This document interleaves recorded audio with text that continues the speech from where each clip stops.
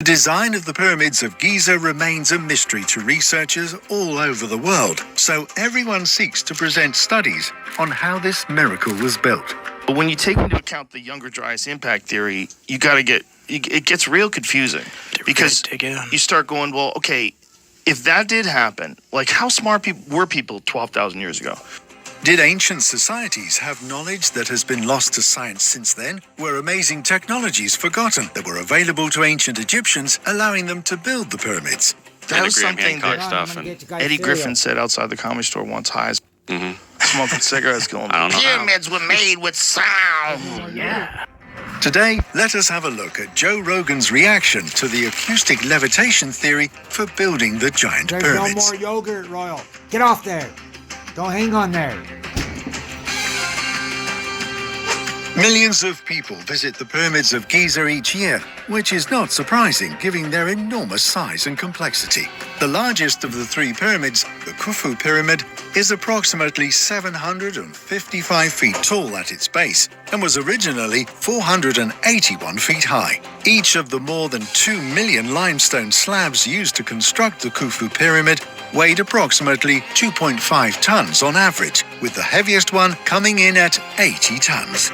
The subject of how these pyramids were moved is frequently asked because of the enormous stone slabs that were used to build them. Lifting 2 million big limestone slabs is a huge undertaking. It's so amazing. None of it makes sense. Like, how did you get these stones here? They're so big and it's so perfect and beautiful. And the way they contoured the stone We still can't do it. to fit into these slots, it's incredible. We can't do it. The fact is, no one really knows for certain exactly how they were constructed. Mainstream science contends that it took a workforce of 4,000 to 5,000 men 20 years to build the Great Pyramid, using ropes, pulleys, ramps, ingenuity, and brute force. And it's possible that was the case. Yet, one idea claims that sonic levitation was used to erect the pyramids and other megalithic structures. Although there are no first-hand testimonies, a later written testimony by Abu Hassan Ali al-Musidi, an Arab historian renowned as the Herodotus of the Arabs from the 10th century, offers some intriguing hints. Before landing in Egypt, al-Musudi had traveled extensively over the known world and had penned a 30-volume history of the planet. He also was awed by the beauty of the Egyptian pyramids and described how their massive stone blocks were moved in his writing. He stated that in order to move the stone, a magic papyrus had to be placed below it first. The stone was then struck with a metal rod, which caused it to levitate and move down a stone-paved path that was surrounded on all sides by metal fences. Al-Musudi claimed that the stone would roll along the path for around 50 meters before coming to rest on the ground. Once the stone was in the precise spot the builders wanted, the procedure would be repeated. We have to ask where Ali Musudi obtained his information from, considering that the pyramids were already thousands of years old when he wrote this explanation. Was it a part of Egypt's oral tradition that was passed down through the generations? Or was this just a fantastical tale made up by an imaginative author who, like many people today who wonder at the pyramids, came to the conclusion that incredible magical forces had to have been used to construct such a spectacular structure? The story's peculiar details point to that probability. What kinds of levitation forces, if any, were at play if we were to accept the story at its value? Did the rock's impact cause the vibrations that led to the sonic levitation? Or was magnetic levitation caused by the way the stones and rods were arranged? While levitation may sound a bit fictitious, and rightfully so, since most people think of it as some form of sorcery or supernatural power, or as some sort of futuristic science used in flying saucers, there is actual science behind it. Many anecdotal accounts of acoustic levitation come from travelers in the Far East who claim to have met mystics or ascetics who could levitate objects, sometimes with the help of sound. And then that's what I was talking about, prayer and churches and singing. There was a time when a lot of humanity would get together at least once a week, and they would sing together, and they would pray together. Jal, a medical professional who was sent to a remote region of Tibet in 1939 to treat a Tibetan Buddhist holy man who was afflicted with an unidentified disease, told one remarkable tale.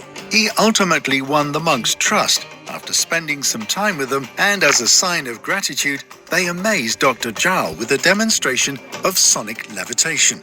The monks set up a 90-degree arc of 19 musical instruments, 13 drums and 6 trumpets around a sizable, heavy stone in a clearing. On cue, they started chanting and singing and playing these instruments together. The stone was sent into the air after a short period of time, rising until it came to rest some 250 meters above the earth. The operation was demonstrated several times to Dr. Jal, who claimed that the English Scientific Society, who had funded his travel to Asia, had taken the videos he had recorded of it. While the supposed films Dr. Jal produced of his treatment have never surfaced, the drawings he created of it have lasted to this day.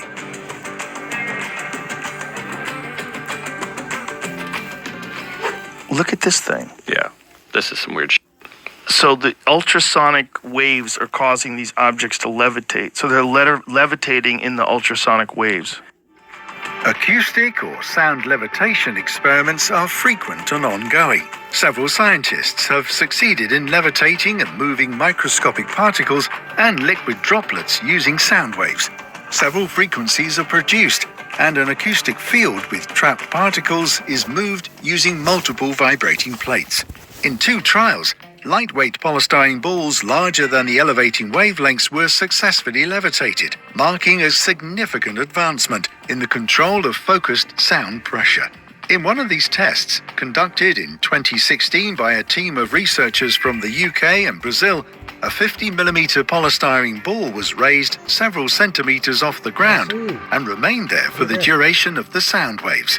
A polystyrene ball with a diameter of 2 centimeters was successfully levitated by another team of researchers operating out of the University of Bristol just 1 year later. These tests could appear pointless, but in order to accomplish this achievement, researchers used 2 totally distinct strategies. By lining up 3 ultrasonic transducers in a tripod configuration, the UK-Brazil team exceeded prior restrictions on the size of the object levitated.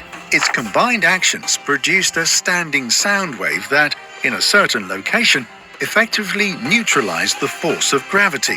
The University of Bristol team used a single ultrasonic transducer and a sound reflector to create a standing sound wave that remained steady even after being reflected back on itself numerous times.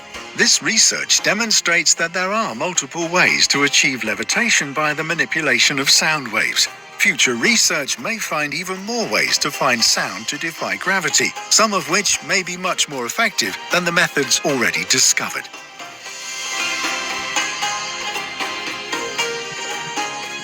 There are numerous other historic structures made of enormous blocks of stone in addition to the Egyptian pyramids. Although enormous stone components can be seen in famous temples and monuments all throughout the world, nothing is known about how they were built. It is regrettable that these levitational secrets, if they ever were, have been lost to time and the remoteness of the Himalayas. Or are they? A spectacular building in Homestead, Florida was built by Latvian immigrant Lead Skalnin, who was 5 feet tall and weighed 100 pounds, starting in 1920. Lead Skalnin worked alone for 20 years to construct the house he first named Rockgate Park, but which is now known as Coral Castle.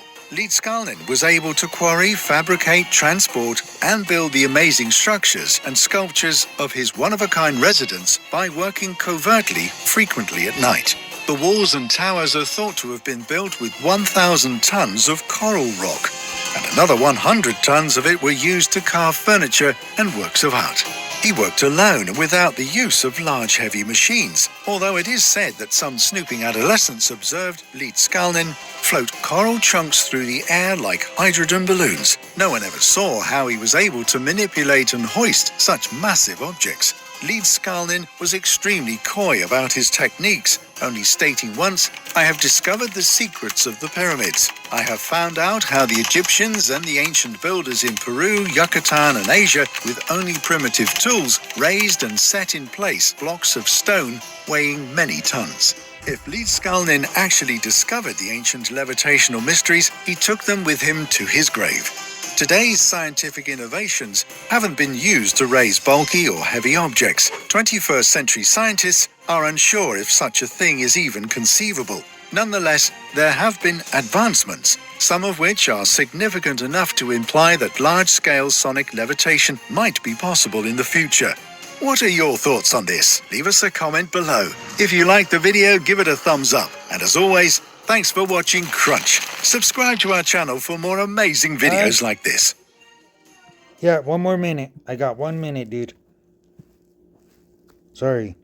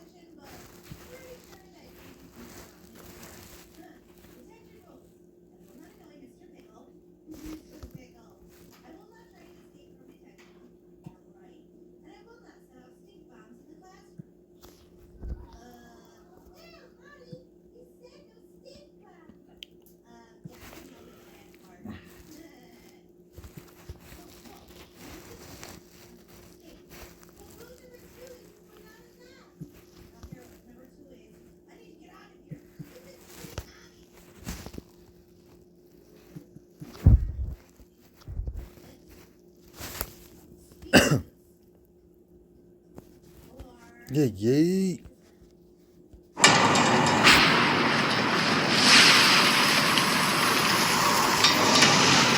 The Bible's book of Genesis.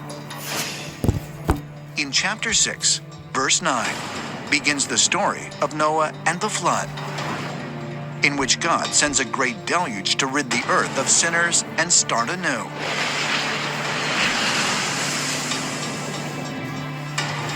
Different versions of this same story exist in nearly every ancient tradition around the world. Going back 5,000 years, we have sacred texts that tell us there was an antediluvian civilization. There was a great flood and that there were survivors. The Mesopotamians speak of this in the Epic of Gilgamesh. The Egyptians speak of this in the Edfu creation text. Plato learned from the Egyptians that there was once a civilization called Atlantis that existed 9,000 years before his time. Plato wrote about the lost continent of Atlantis in 2 of his dialogues, Timaeus and Critias, around 360 BC. Historians and researchers have long debated whether this pre-flood civilization was purely mythological or actually existed. Arguments have been made suggesting remnants of Plato's destroyed civilization could be found at the South Pole. I think what happened in Antarctica was that approximately 13,000 years ago, that flourishing civilization that originally came from space and establishing its presence in Antarctica was flash frozen. We actually have ancient evidence of this in the form of Plato's dialogues, where he talks about the last days of Atlantis. That basically is informing us that Atlantis was an extraterrestrial colony that had established itself on Earth, and that after a pole shift, Atlantis was moved under the ice where the South Pole currently is. As more and more pieces of the puzzle start to come together, might we soon be able to solve the mystery of the Antarctic continent? And if so, just what might we discover? Modern whistleblowers still argue that there is more about Antarctica that is being covered up than we think. There are entire bases down there, entire civilizations that the world's governments are working with aliens. They know about the buried artifacts, they know about the ancient civilizations down there, and they know about the extraterrestrial civilizations that continue to operate in Antarctica at the very moment. It's totally possible that Antarctica contains an extraterrestrial home base on Earth. It's a totally isolated part of the planet. It's completely uninhabited, or was until recently. It's ideal. Atlantis is a lost island civilization that was originally discussed by Plato in his dialogues Timaeus and Critias around 360 BC.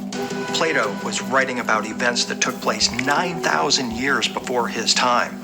He tells us that Atlantis was governed by laws that were inscribed on a pillar that was housed in the Temple of Poseidon in the center of Atlantis. This pillar was made of a mysterious Atlantean substance called orichalcum, which means of unknown origin. It was said that the Temple of Poseidon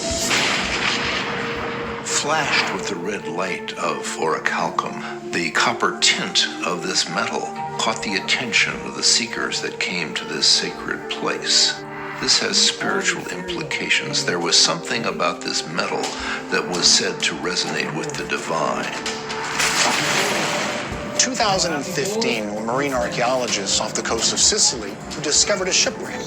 And preserved in the shipwreck were metal ingots, 39 of them, which the marine archaeologists told the world were orichalcum. This raised the question of, is it possible that Plato's story is actual historical fact, and what was discovered here in this shipwreck is evidence of Plato's story? Now, orichalcum is 80% copper and 20% zinc.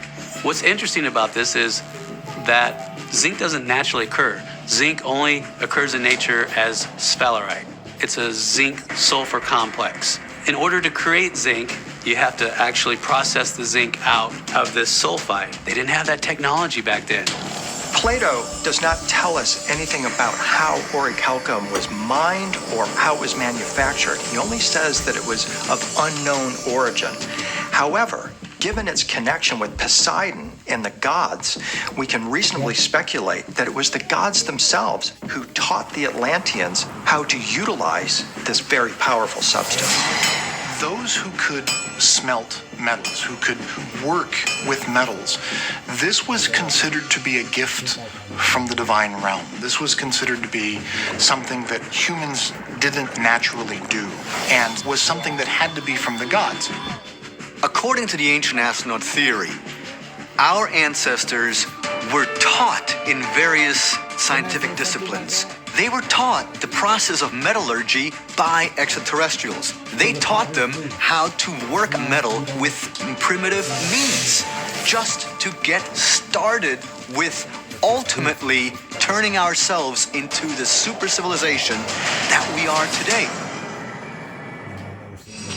Athens, Greece, the 4th century BC. In his famous dialogues, Timaeus and Critias, the Greek philosopher Plato writes about a lost continent that existed 9,000 years before his time and was home to a highly advanced civilization. Called Atlantis, it was founded by the Greek god Poseidon, and the inhabitants possessed sophisticated technology. But Atlantis was ultimately destroyed by a terrible cataclysm. And according to some researchers, the story of its destruction is strikingly similar to Native American traditions detailing the end of the Third World. The Hopi and other Pueblo Indians tell us that their devastating cataclysm was due to human greed and wandering away from the spiritual truths of our Creator. What's interesting about this is that this idea is echoed in Plato's story of the destruction of Atlantis. The Atlanteans were also created by gods. As soon as humanity wandered off into materialism, that's when Atlantis was destroyed by water. A perfect correspondence with what the Hopi said happened at the end of the Third World.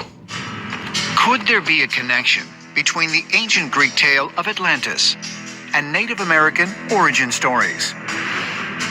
Ancient astronaut theorists suggest another story told by early Native Americans bears striking similarities to Atlantis, the legend of the lost city of Aztlan, which appears in the traditions of the Aztecs and numerous Native American groups throughout the Southwest. Stop!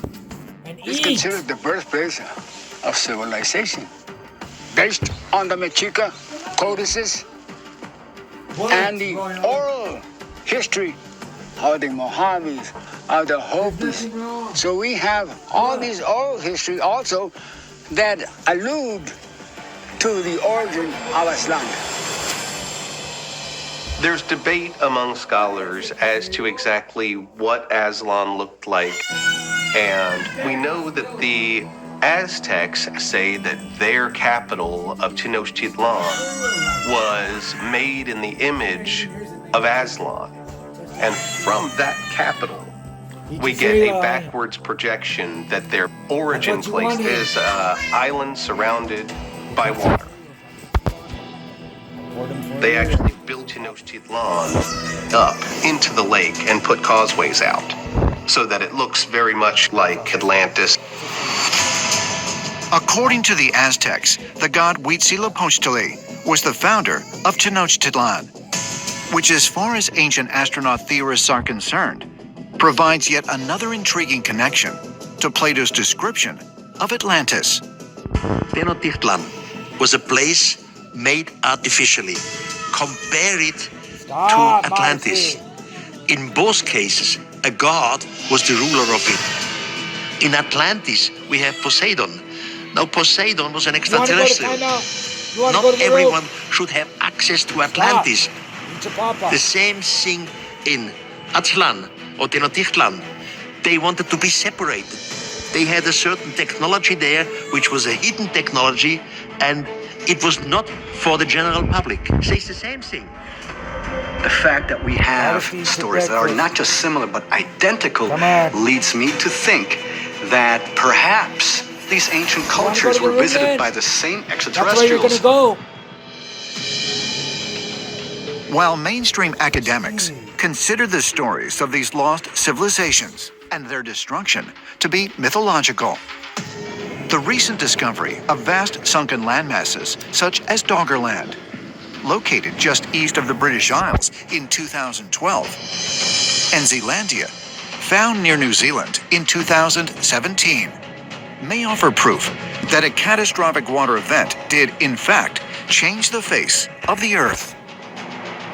So here we have authentic legends of lost lands that were destroyed in cataclysms.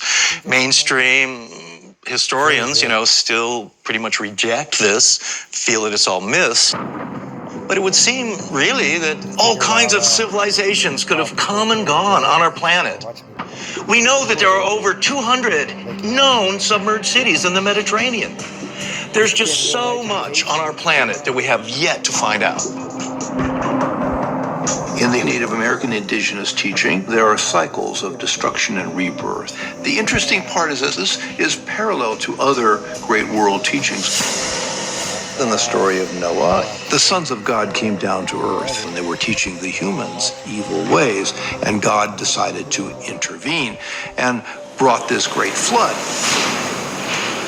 In the story of Gilgamesh, the Sumerian legend, the Council of Gods brought the flood.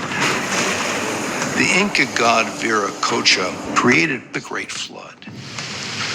So all of these traditions correspond directly with the Hopi Four Worlds tradition about previous civilizations destroyed by the gods. The story is always the same. This speaks to the idea of extraterrestrial intervention in human affairs. I believe there are ancient civilizations that some people refuse to write about. But ancient civilizations are coming to surface because the time has come to tell the truth about human origin. Could it be that Native American stories of star people and of lost civilizations so closely resembles other ancient traditions from around the globe because they all encountered the same otherworldly visitors? Ancient astronaut theorists say yes, and suggest the Native Americans' knowledge of star people comes not only from the distant past, but from the extraterrestrial activity that occurs over native lands, even today. Andros Island, the Bahamas, 2003. Members of the Association for Research and Enlightenment conduct aerial searches for underwater structures that might reveal evidence of a lost civilization. Off of the coast of Andros, they discovered an incredible platform of rectangular and square stones that stretched for several hundred yards, and all the indications are that it goes back to the end of the last ice age and is probably around 11 to 12,000 years old. The search is part of a long-term project working in conjunction with the Casey Foundation. Their quest is to locate remnants of the lost continent of Atlantis, which healer and psychic Edgar Casey said would be located in the area. Edgar Casey is arguably America's greatest psychic. He was born in 1877, died in 1945, and he has documented over 14,000 psychic readings. What's interesting is that Casey also got into things like reincarnation. Some of Casey's clients were told that they had lifetimes in the so-called mythical civilization of Atlantis. In fact, Casey's readings said that the people of Atlantis as a whole had mass reincarnated as the people of America, and that America was, in a sense, a future life carryover of Atlantis.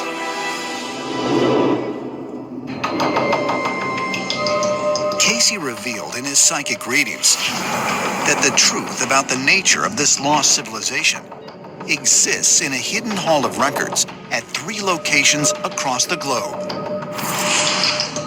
In Egypt, near the Sphinx, underwater in the Bahamas, and in the Yucatan Peninsula. Any 3 of these areas apparently would have all of the records that we would need to completely rebuild our history.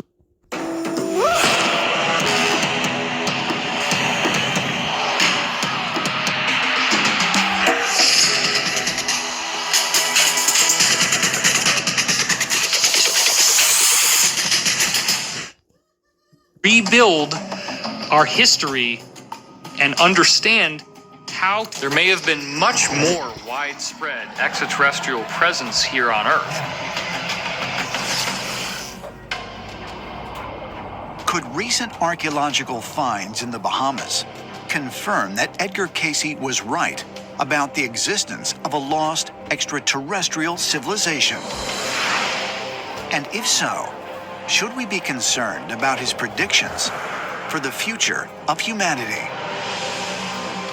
Casey was a cataclysmist, and in his readings, he was constantly talking about earth changes and pole shifts that caused civilizations to be destroyed in ancient times. And Casey said that we were going to have another pole shift around the time of the millennium. Even a relatively small asteroid coming in at the right angle, not necessarily hitting Earth, but sort of grazing the Earth, could theoretically change the tilt axis of the Earth significantly. Now, if that occurred, land and ocean would redistribute on the Earth. It seems as if history repeats itself. And it may be that at this moment, we are exactly in the same situation that the citizens of Atlantis were in. Perhaps we will find out exactly what had happened to this lost civilization and learn from their mistakes and not sink into oblivion ourselves. The more we uncover, it will all point in one direction. We are not the first, and we never have been. And extraterrestrials pre-civilization existed before our recorded history. And this truth will be revealed within our lifetime. Could the stories of a time when gods and other worldly beings inhabited the earth be more than just mythology? And might the discovery of unexplainable remnants from this lost civilization reveal the truth about our extraterrestrial origins, as ancient astronaut theorists suggest? Perhaps we are on the verge of uncovering the final piece of the puzzle that will change our understanding of Earth's history forever. But will we uncover it before it's too late?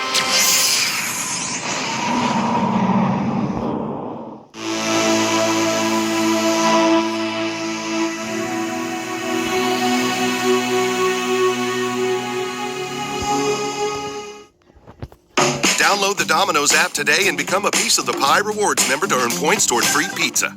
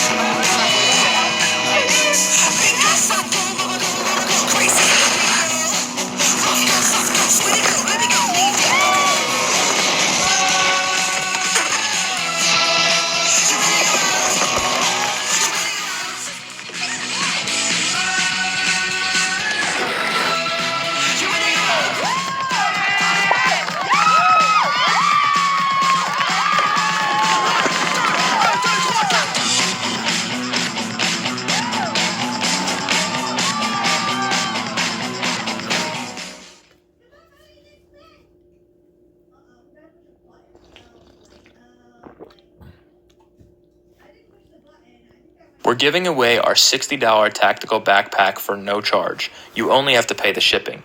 No hidden charges and no recurring fees. Just pay the shipping.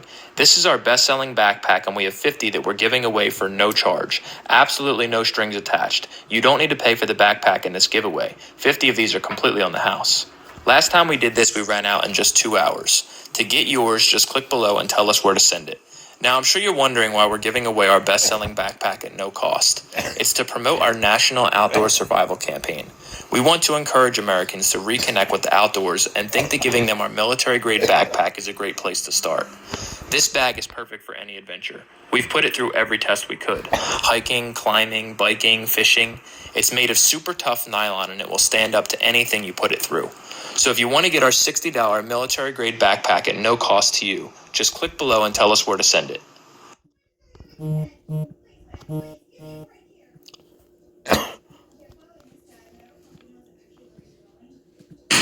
Unexplained sightings. The first responders on the scene reported a UFO. Miraculous appearances. Inside the Tilma was a Virgin Mother. And visions that changed the world. This extraordinary sign from heaven becomes one of the crucial turning points in human history. Stories of strange encounters accompany many of history's major events. Is it merely coincidence? Or might it be evidence of extraterrestrial intervention? It appears that there is an ongoing plan in place, a hidden hand in history that is manipulating events for a certain given outcome. Millions of people around the world believe we have been visited in the past by extraterrestrial beings. What if it were true? Did ancient aliens really help to shape our history? And if so, might mankind's greatest moments have been influenced by alien encounters?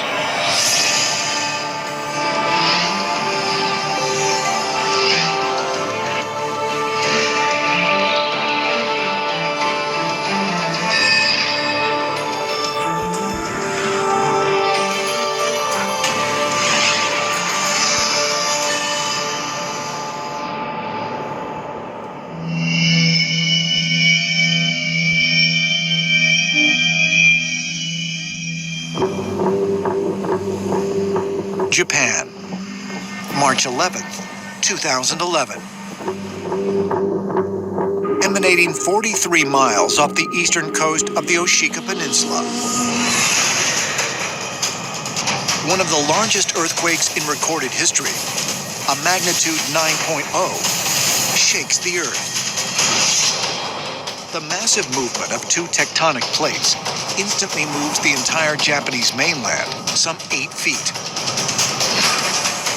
Ripping down buildings, setting fires, and killing thousands of people. But the worst is yet to come. The earthquake also triggers enormous tsunamis. Waves as high as 130 feet begin smashing ashore with devastating consequences. One wave in particular struck the Fukushima Daiichi power generating plant and overwhelmed the safety systems, which caused the plant to enter a critical phase and release radioactive material into the atmosphere and into the water. With the nuclear power plant's reactors melting down and radiation seeping into the atmosphere,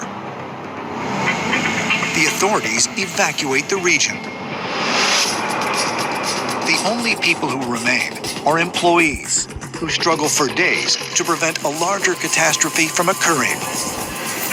But according to eyewitnesses on the scene, these workers were not alone. There were UFO sightings reported in some significant numbers in that area in the weeks and the days leading up to the earthquake and tsunami. And there were a number of UFO sightings reported in the immediate area directly afterward.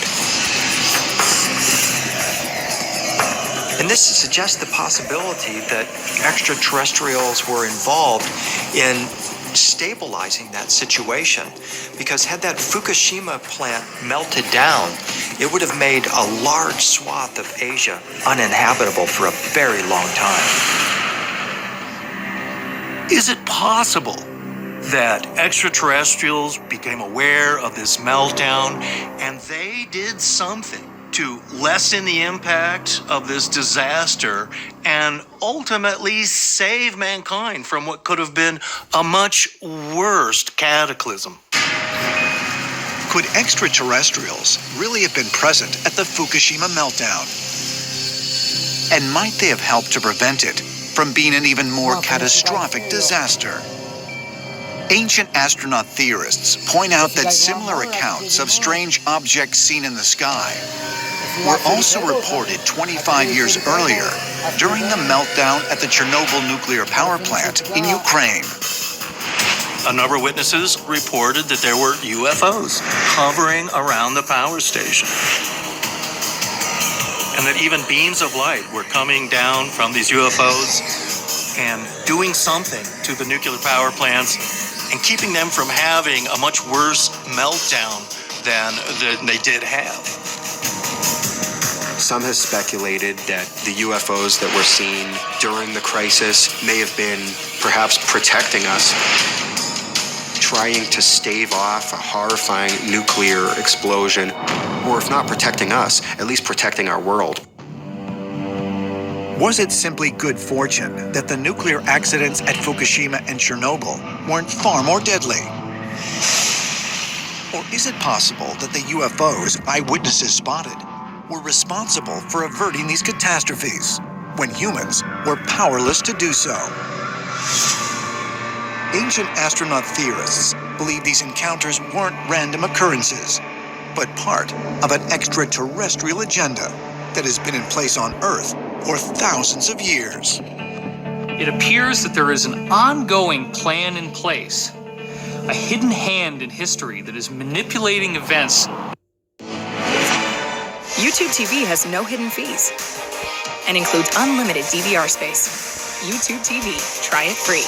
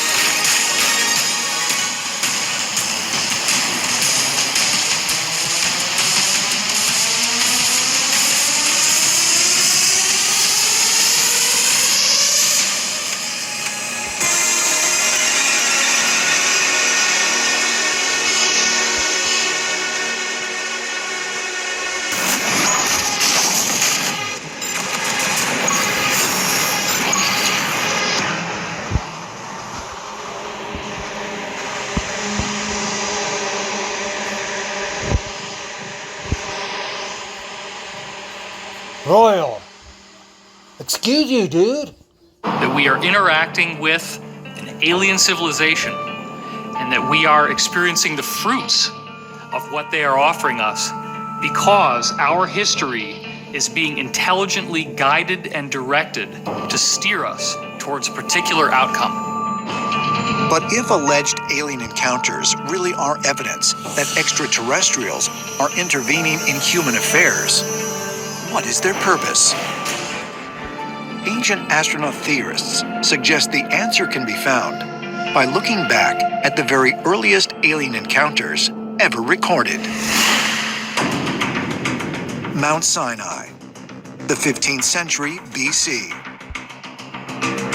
According to the Bible's book of Exodus, it was on the peak of this holy mountain that Moses met with God. But ancient astronaut theorists believe Moses' encounter may have been with a different kind of otherworldly entity. There's an interesting legend passed down from temple times itself, that when Moses ascended to Mount Sinai to speak with God, a cloud came down from heaven and told Moses, come into the cloud to ascend to God. A door opened in the cloud, and Moses walked in and it closed behind him and he ascended. The Lord descends with smoke, fire, loud noise, trembling and so on. All religions speak about the same thing, or they use different names, and the stories change, but the basic stories are always the same. Somebody descended with loud noise, smoke, fire. The humans could not understand what it was. They misinterpreted and believed that this was God or the gods. It's just a misinterpretation. I am absolutely sure there's no doubt that we were visited by beings from outer space. According to ancient astronaut theorists, such accounts of unearthly encounters can be found in every major religion, including Islam, where the angel Gabriel, also known as Jibreel, was said to be the intermediary between the Prophet Muhammad and the Muslim god Allah. Jibril normally would come and dispense wisdom to Muhammad inside this cave that he was dwelling in.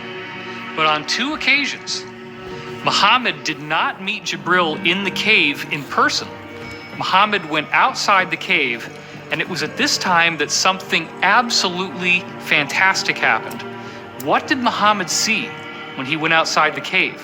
The records show that there was a magnificent shining object there in front of him. It was said to have 600 wings, and it was burning as if it was on fire.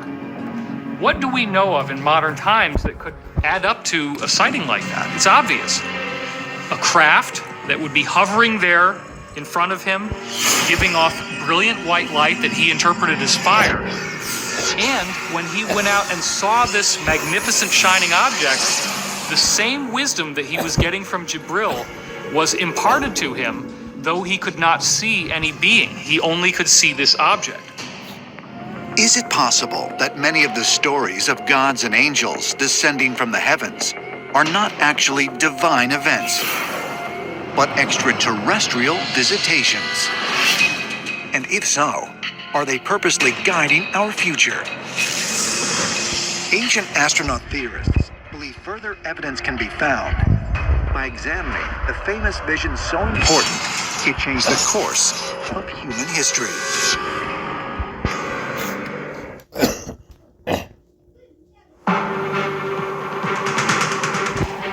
Rome, October 27th, 312 AD. Just north of the city, the Emperor Constantine leads his troops toward the Milvian Bridge and a decisive battle with Maxentius to reclaim his throne. At stake is control over the western part of the vast Roman Empire. According to an account from the historian Eusebius, on the eve of the battle, Constantine looks up into the sky and sees what he believes is a divine vision. Constantine and his followers saw in the sky what their chroniclers say was a huge, white, fiery cross. Now, his followers didn't know what to make of this, but Constantine decided that this was the Christian cross. Constantine feels, after viewing this extraordinary sign from the heavens, this lighted cross in the sky, that he will go forth the next day and he will conquer the Roman Empire. And this is exactly what he does.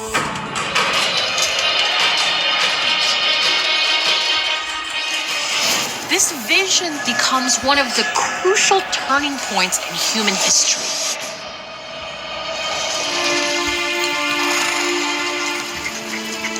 After winning the brutal Battle of Milvian Bridge, Constantine consolidates his power and begins a campaign of religious tolerance across the empire, and he himself converts to Christianity.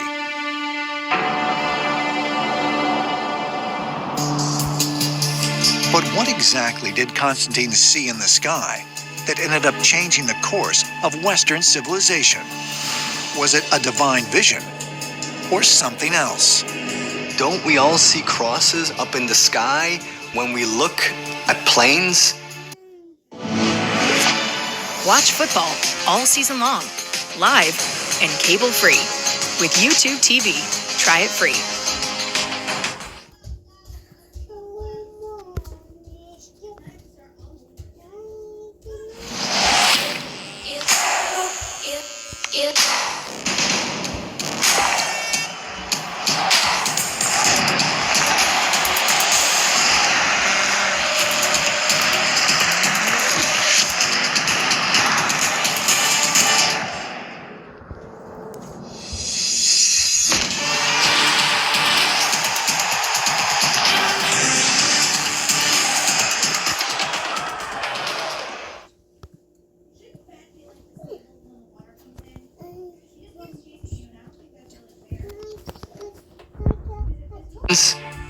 Because you have lights on the sides and at the front. And if you have a little bit of light shining on it, sometimes they look like crosses.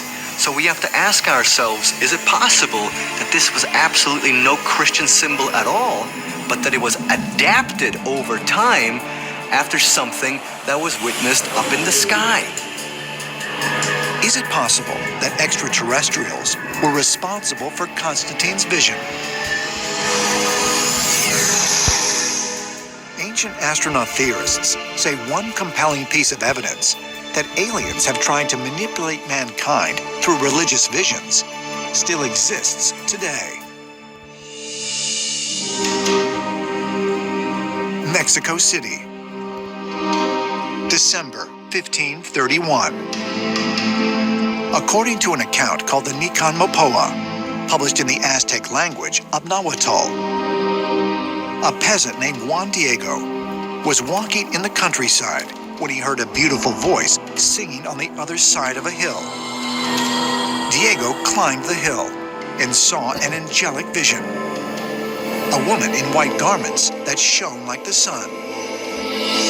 And she said to him, "Juan Diego, I am the Virgin Mary, and I am asking you to build a sanctuary for me here on this hill." Well, Juan Diego fell to his knees in awe, and he said, "Great lady, I will do as you desire." But according to the story, Juan Diego couldn't convince the local bishop that he had actually seen the Virgin Mary. So he went back to the hill, where he again saw the vision. He says, "Lady, please give me a sign, because nobody believes me when I tell them that I have seen you." And she says, "Juan Diego, take off your cloak." And he does. He takes off his cloak, and she fills his cloak with roses. He took the roses to the bishop, and the bishop fell down on his knees, because it wasn't the roses as to why he believed the story from Diego, but inside the tilma was a painting of the Virgin Mother. And the bishop believed, and they built the church on that hill. This cloak still exists today, and despite its frail fabric, it has reportedly remained in pristine condition despite the cruel ravages of time. Right now, you can go to the church and see the tilma hanging there. And it is not degraded over the 400 plus years that they've had it. It's been through a fire, it's been through an explosion, where purportedly an iron cross was twisted from the explosion, but the tilma right next to the cross was still fine. Could the sacred image on the cloak really be evidence of a visitation by the Virgin Mary? Or might it have a different, otherworldly explanation? In addition to the tilma inexplicably enduring for hundreds of years, those who have studied it have found other unexplainable qualities. Most bizarre of all are the eyes of the image. approximately 7 to 8 millimeters wide. What we see inside those eyes is a highly enigmatic mystery because it appears that there are characters in the eyes, the faces of the people who were there at the time that the tilma was unveiled by Our Lady of Guadalupe in 1531. But if Our Lady of Guadalupe really does have otherworldly origins, did it come from a heavenly realm or somewhere else? Not only do ancient astronaut theorists believe Juan Diego's vision was an extraterrestrial encounter, but even some members of the church claim that it was something other than a religious experience. Our Lady of Guadalupe is definitely a heavenly visitor. In my opinion, though, what her story said disagrees with what the Bible says.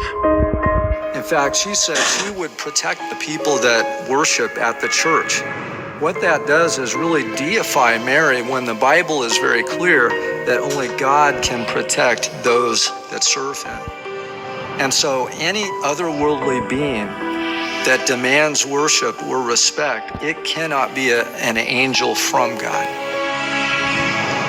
Juan Diego may have witnessed not just an apparition, but an actual live extraterrestrial appearing through some sort of advanced technology whose mission was to impart spiritual faith and a thirst for the divine.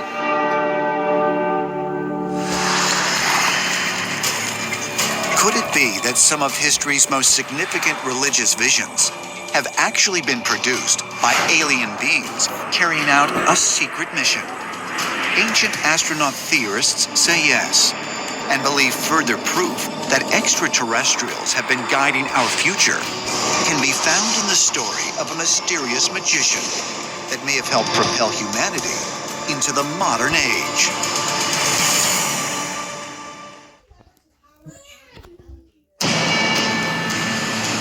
The English Channel, 1588. King Philip II of Spain has dispatched an enormous armada of ships to invade England. They are reportedly filled with more than 20,000 soldiers and scores of medieval torture devices. According to some historians, Philip, a devout Catholic, wants to bring the brutal Spanish Inquisition to England. The results strongly support that these beings are not closely related to any known organism on Earth. He was able to detect the fetus of some creature. It is not human. We will piece together the ascension teachings and disclosure of extraterrestrial beings by the Essenes. We will go beyond what you have read in history books. We will cover races that influenced humanity since Lemuria and Atlantis, and the great war that took place in our galaxy. All the military branches have covert military space program operations. A frisbee came in, plowed into these palm trees with a disc at Fort Gordon, Georgia. I slipped one of the pieces of debris in my boot. The U.S. economy launders $500 billion to $1 trillion. $21 trillion is missing. If you're able to predict it, then you have a precognitive ability. I do think that there's a non-human intelligence. There's a lot more going on. Is this the whole story? I discovered the secret of magic. Our job, while we're here, is to wake up.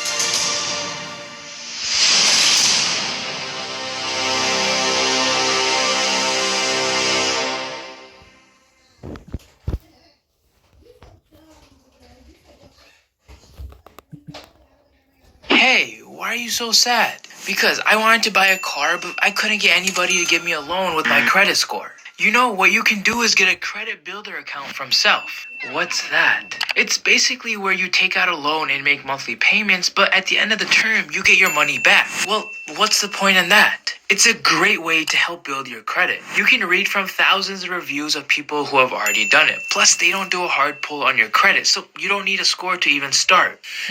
Okay, where can I check them out? All you have to do is click the link below.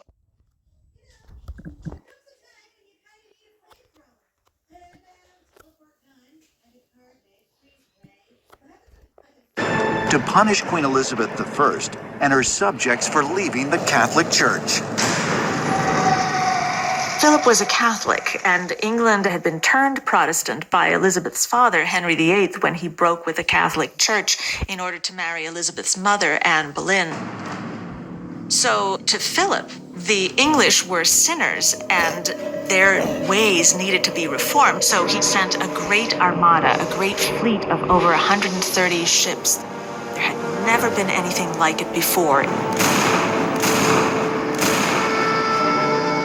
England didn't have a lot of money, and a lot of their vessels were not even official government vessels. They were whatever merchant seamen and sailors could cobble together. The Spanish Armada seemed invincible, and the British severely overmatched. But when the two forces finally met, superior English tactics and strategy forced the Armada to retreat. But the number of Spanish ships was so overwhelming that the English couldn't score a decisive victory until a freak storm struck. The English ships were more maneuverable than the Spanish ships. In order to